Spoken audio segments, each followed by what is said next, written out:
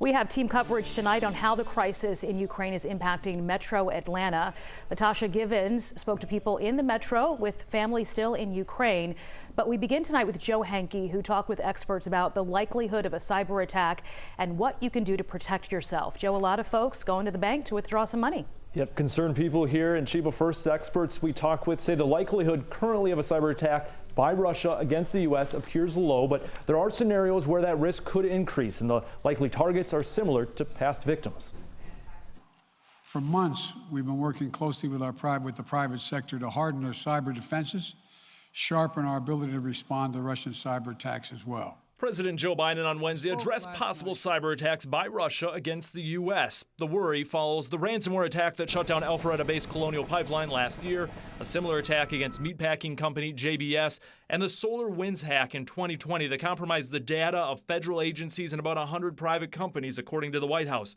Russia-based organizations have been linked to or accused of each attack. I think it's probably unlikely that this sort of Ukraine crisis would lead to kind of a cyber conflict between the United States and Russia. Jeff Barajikian with the University of Georgia's Department of International Affairs says there are two scenarios, though, where an attack could become more likely. The first is if Russian cyber attacks against Ukraine grow out of control and intentionally or accidentally seep into the West.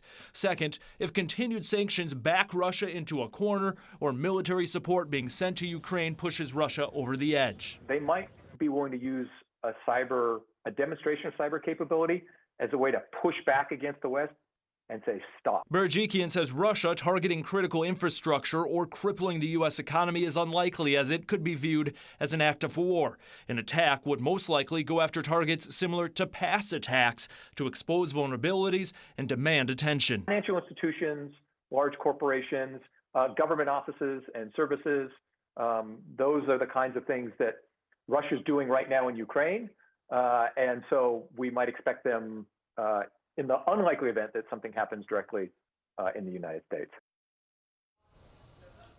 And while the risk of a cyber attack currently appears low, a cybersecurity expert tells me there are simple steps we should already be taking to protect our finances and personal and professional data. I'll walk you through what those steps are coming up at 6. All right.